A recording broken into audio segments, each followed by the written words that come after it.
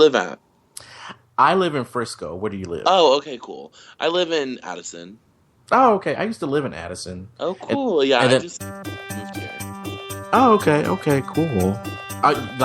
Like you just moved to Addison, or you just moved to Texas? Just moved to Addison. I moved to Dallas like 4 years ago. Oh, so did I. Boyfriend.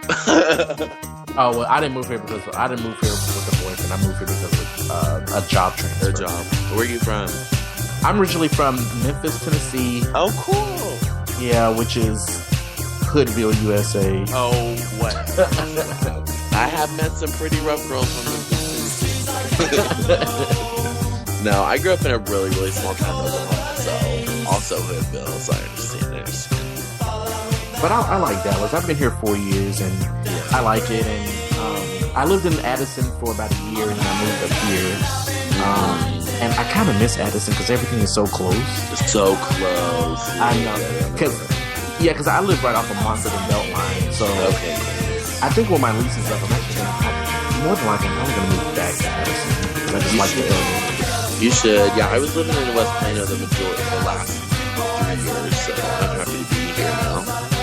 Cool. Well, it's nice to meet you. Me too. It's a little past my bedtime.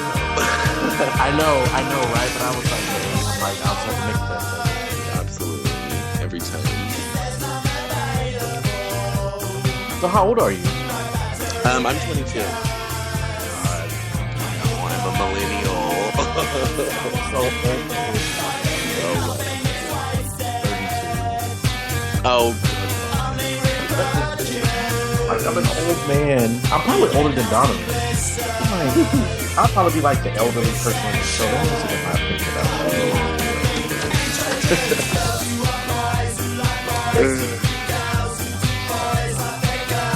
Who's that old man? It's really past your bedtime. I know, right? I always tease and tell people that, like, 10 years from now, I'll be like 8 years. They were like, no, there's like, technically, that's like, you're like 55 or something. Well, thanks now, it's 20 years. It's still not that good. ARB does some cool stuff. What, a good old-fashioned discount? Give you a good old-fashioned discount. But I remember when I was in high school, and I worked in McDonald's when I was in high school. I remember people, like, senior citizens to come in, like, early in the morning and, like, get their breakfast and stuff. And if they didn't get their discount, they would bitch. And I'm sure. I was $2. Yes, I was like, oh, cash ain't flowing like you used to. And I'm like, they're living on it. And then I'm like, why are you bitching about $2 when you told her they're going to Cadillac the deal? So, yeah. But that's what it is, I guess. But at the time, I was on like, right, of course. So, of course, you know. They're all dead. Yeah. 16 years ago, so it's possible.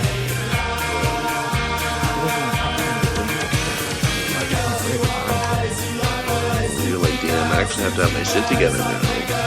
Well, I mean, I do, but it's like... No, but it's like... I'm like... Well, first of all, most people see me get only with 32, but it's like...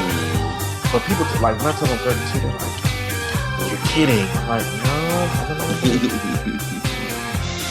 You're like, I got that good skin.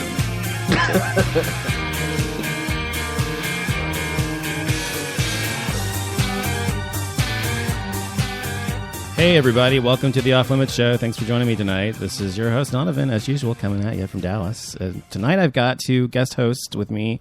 I've got Jason and Christian. Sorry. Christian. Sorry. Hi, Christian. Hello, everyone. Yeah, hi. They are both also from Dallas, which is awesome. Well, not necessarily from Dallas, but they live here as well as I do. And so it's awesome to have two fellow gay guys here in the city. And I thought they'd bring them onto the show tonight and talk about what's going on with the topics we're going to discuss tonight. So first, let me introduce Jason. Jason, you are, how old are you? 30 years old, right? I'm 32. I'm an old man. We were just talking about this right before we went on the air. And You're an old man. Are you kidding? Yes, I'm like 10 years away from applying for AARP. How old do you think I am? Well, I don't know. You look younger than I know, but I'm not. No, I always look a lot younger than my actual age. But no, actually, the one thing I liked about you guys is because you're both from different generations, and so am I. I'm Generation X, you're Generation Y, and he's Generation Z or Millennials, whatever. That's what we were talking about. Which made me feel so old because I'm practically an infant. Exactly. Yeah. So we've got X, Y, and Z all here, so it's pretty cool. So, but yeah, I wanted to see what you guys had to say about some of the things we're talking about tonight. And one of the main things, before I actually move on, let you guys introduce yourselves. Jason, you go first. What's up, everyone? My name is Jason. I am originally from Memphis, Tennessee, which is also known as Hoodville, USA. I've lived there my whole entire life, well, except for going to school, attending college. I've been living in Dallas for about 4 years now. And I love it. I'm still trying to get used to the heat, but that's a Texas thing. So it is. It's just something I just had to deal with. But I'm very glad to be here, and I'm so happy to be here, and put my 2 cents in on everything, and just kind of go with the flow and see what happens. By the way, it won't always be this late. I just wanted to. This is how I usually do my show, but we'll do them later in the year. You go ahead, Christian. Tell me what you're. Hey guys, my name is Christian Craven. I am the admin for a gay lifestyle blog that's based out of Dallas, Texas, called ChristianAlexanderFashion.com. We talk about everything that has to do with fashion and gay lifestyle things that are going on in the city that include like hotels and food and fashion shows, musicals, all those sparkly things. I grew up in a really small town in Oklahoma nobody's ever heard of called Choctaw, Oklahoma. I know Choctaw. I've heard of it. Of course. Okay, stop. Y'all are talking about Choctaw Durant Casino, and they're not the same. Okay. I didn't grow up at the craps table. Unfortunately, that would have been much more fun. But yeah, that's pretty much it. Like they said earlier, I'm 22 years old, but I got a degree in a 401k, so try me. There's that millennial attitude for you, right? Anyway,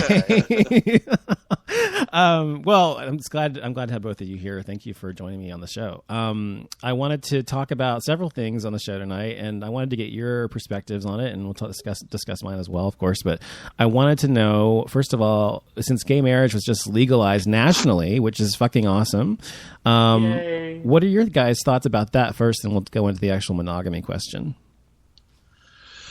I think it's obviously amazing. To be completely honest with you, it's not something I knew that was going to happen so quickly. I was definitely expecting another 5 years, like in the grand scheme of things. Mm-hmm. So obviously thrilled about that. I don't know if you guys were a part of it at all, but I was in the march that day. We went down Cedar Springs, which is the gay area in Dallas, and we marched and hooted and hollered, and it was one of the most amazing moments of my life. So I'm so thrilled that now I get to have this opportunity moving forward. Yeah, and does it change your perspective on what's possible for you guys now that you can get married?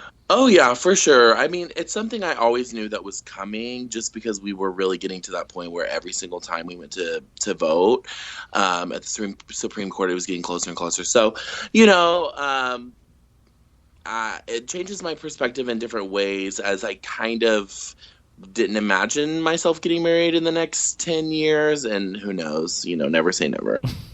Never say never. Trust me. Never say never.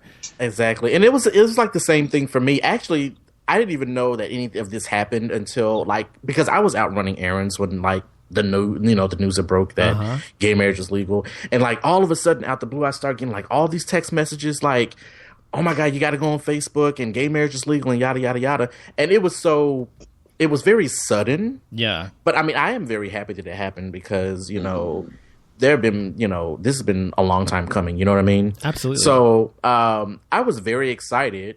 It was kind of all of a sudden and, kind of oh, I didn't know this was going to happen today at 10:25. But no, I'm very happy. And I was just telling one of my friends, I was just I know if I go down to Cedar Springs tonight, people are going to be extra turned up. Yes. And I had gone down there and people were just it was like turned up. Yeah. Like, I was like, oh my God. It was a celebration. It really was. It really, really was. I was like, oh my God. But it was a blast. I had fun. Yeah. Well, yeah. And I think it's wonderful. I mean, I am married, actually. I'm married, and I've been married since 2009. And we got married in Connecticut because we couldn't get married here in Texas, obviously.